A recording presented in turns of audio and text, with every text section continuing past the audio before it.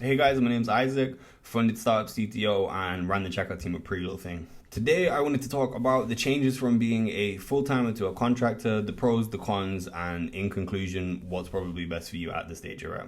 So I do get people asking about this quite a bit, and it kind of is a pertinent question. And also I don't think it's as obvious as it comes across. I think there's actually quite a bit of nuances between the two that are worth addressing. I'm going to start with the pros and cons of full-time, and then I'm going to relate them to contracting and conclude it by giving an overview of the comparison and what or why someone would do it. So full-time, what are the pros? Stable, and it's easier to get. So when I say easier to get, I mean when people hire you for a full-time role, they're paying for you to have you as a year, and very often they want you longer. They see it as an investment. You don't necessarily need to be a refined diamond if they can see some potential, or you've got a good team chemistry, or even if the role you're going for, they don't think that you are quite at the skill level. So let's say you're going for a midweight position and they think he doesn't quite cut that. They might actually offer you like a more junior position, but because they see potential or like your energy, attitude, they will make a space for you. It's also a lot more stable.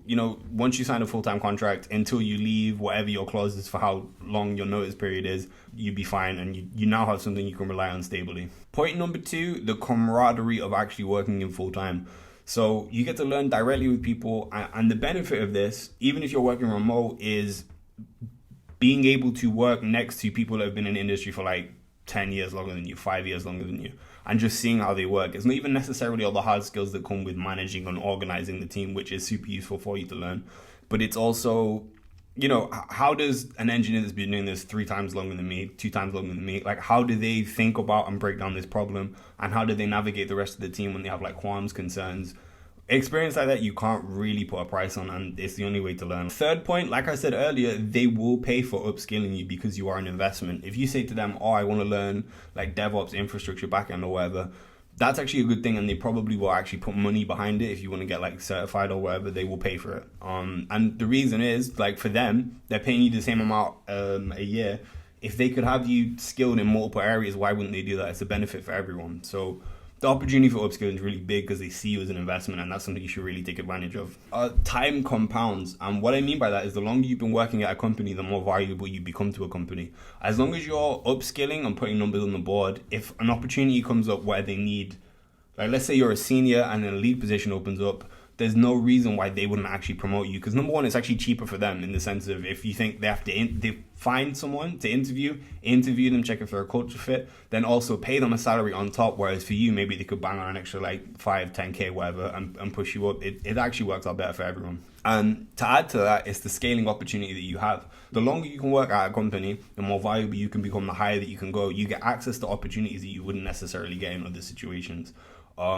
And it's not necessarily all just like job titles. It's actually responsibility and being able to manage certain aspects, and they trust you with more things because you have an opportunity to prove yourself. I had a guy that started a job at 20k, and they were such a small company but had such a big output in their industry. Don't want to say what it is, but because of that, he was like overloaded with work, and it was ridiculous. For how much they're paying me, I'm doing so much. But then he had a mental switch where he was like, you know what? This is a sick opportunity to learn. They're literally doing things on a global scale. Like, let me get my head down. And now he's applying for jobs, like 40k jobs, and they're telling him like, we think you'll be bored in the interviews, which means he's going to need to start looking higher. And the reason is because he just put in the work and he had an opportunity to work higher than your level. And full-time is the only place you're really going to get that. They might give you trash pay, but if it's an opportunity for you to really get like experience in, take it every time. Okay, so the cons of full-time. So longer interview process, they're a little bit more careful before onboarding you because like I said, they see you as an investment. It's not bad, it's just, it will take a little bit more time, especially these bigger corporations. They could be like 5-6 stage interviews. As a full-timer, it's not the most you will get paid. And if you want to go up, you constantly have to work that's higher than what you're getting paid. Let's say you've been working as a senior somewhere and you've been a senior for 2 years and you're working at a senior level. If a lead developer opportunity opens up, like, why would they give it to you? Can I have it? Why? You're a senior.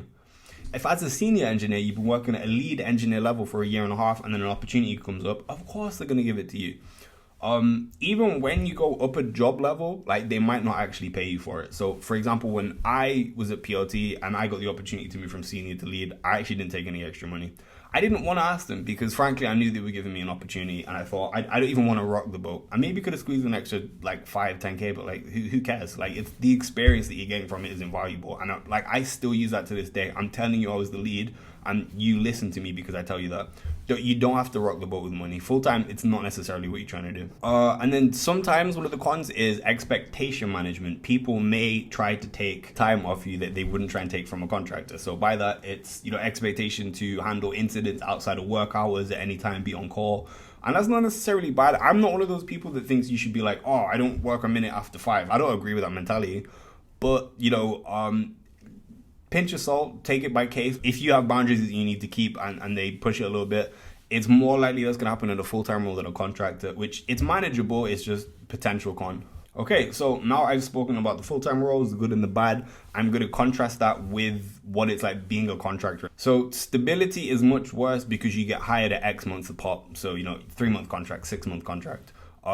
Also, I think the break clause is normally like within a month. If either of you say, in written agreement that you want to end it, terminate, they can do that. So it's not too stable. However, it is actually much faster to find. So it's kind of funny because I looked online at one point to see the comparison of like how many contract jobs there are to full-time jobs. Way more full-time jobs. The reason is because contract jobs come out and go so quickly. The average time for me from applying to a contract job to actually starting the job, not interviews, starting, is like 2 weeks. Generally, with contracting, maybe like a project's gone like over deadline or something's gone wrong, so you need to onboard people very quickly. As such, you don't have a lot of time to think, is this a stable investment? You just need work done. So the turnaround times are really quick. So it might not look like there are a lot of contract jobs, but that's because they're constantly coming in and out of flux. In terms of the camaraderie, you basically work on your own or unsupervised almost all the time. Cross-learning is quite difficult. You don't get to... You can maybe work with some colleagues, you can ask them, how do I do this? And they might be helpful, but it's not the same as being able to shadow and tail someone and really like pick up from their experience and learn. Another thing about contracting is it's very remote. There's generally no expectation to go into office. I know full-time roles are becoming increasingly more like this, but it's more so with contracting. And as such, you actually have more time flexibility with it. So whereas in a full-time job, you have annual leave and there's a limited amount of time. As a contractor, legally, they kind of can't tell you not to take time off if you want because they're hiring you as a business. So if a business says, look, I'm not available between X and X day, legally, they can't actually stop you. Don't take advantage of that because it's not only not fair on the company, it gives you a terrible rep. But, if a month or two down the line, something's come up where it's like, right, this is a big opportunity for me and I don't want to miss it. I don't have to worry about work in the same way a full-timer might because legally, they can't stop me. Upskilling is not great. They will not pay for upskilling because you are not an investment to them, and you will likely never work on the areas where they don't think they're getting their money's worth. As a contractor, I have a day rate, which means every day they are completely aware of what they are paying and what they're supposed to get out of it. The likelihood is they're never going to want me to work on an area where I can't add a lot of value because of how much they're paying. So the likelihood of being upskilled and cross-learning and all that stuff, not high. You're not an investment. You're here for a job. Very simple. Okay, and then the time compounding thing.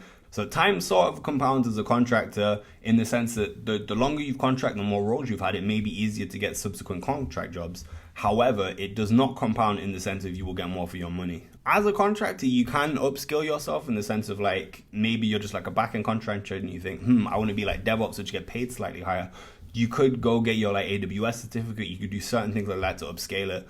But realistically, you will never be in a position where you get given more opportunity as a contractor. So, if I've contracted as a senior for X years, I can't then, as a contractor, become like an engineering manager. Contracting is a stagnant game. It's the best you'll ever get for your money, but it's fundamentally stagnant. Like, it's very hard to go up as a contractor. Then finally, for contracting, financially, it works out better in both ways because you have higher gross income and you also have more profit. And what I mean by that is you don't necessarily have to go through PAYE. So as I said before, that they hire you as a business. If I've not said that, I'm saying it now. They hire you as a business if you're outside of IR35. Your taxing works out slightly differently. So instead of going through PAYE and taking the sizable chunk that they do, as a business, it works out a little better for you. So not only do they pay higher, you actually get to keep more of it. And any expense that you buy. So recently my laptop and my phone broke, had to get new ones. That comes out as a business expense. So it works out easier in those ways. So for perspective, when I started contracting, I actually 3x my income. Now, a little bit misleading because the previous 2 roles I did were kind of lower paid than they should have been. So one of them was like I took a promotion and get paid extra for it. And then another one was a start, which fundamentally you expect to get lower paid. But from those roles, like as soon as I got into contracting, like tripled. Okay, so in conclusion, full-time is much better for learning. It's much better for opportunity and experience. However, contracting is better for money and flexibility. Don't know if I mentioned this, but the whole thing of getting paid per month at a time means that you can actually kind of dictate how many months of the year you want to work. Like if you want to work 6 or 9 months, you can probably support yourself in a similar way that you would full-time financially during that period. So if you want more flexibility, time, more freedom, you want to learn something else which isn't related to engineering, contracting is a great opportunity to actually get paid for what you're good at and then have time to do other things. Contracting is kind of cashing out. So it's the best value you'll get for whatever skill level you're at, but you will fundamentally stay there. It's not a growth game. I kind of compare it to like being single or being in a relationship, right? So if you're in a relationship with someone and you're with them for 3 years, you learn so much about that person and yourself and the kind of depth that the relationship has, understanding what you can do together. If you're single, don't get me wrong, it's great, it's fun, haha, I can do what I want. You can, but it never changes. Like being single is never going to be better or worse. But the whole point of being single is you get more time to do other things, or maybe you're not ready for a relationship, whatever. But you don't grow as being single in the same way. You grow in other areas. So if this industry is something you're interested in, full-time is the best thing for your growth. If you just want to cash out, have some of your time back, do something else with your time, I would recommend contracting. Okay, so this is just my experience, but I hope this was useful. And if you know someone who's considering making the change, please send them this video so they can make a more informed decision. Thank you for your time.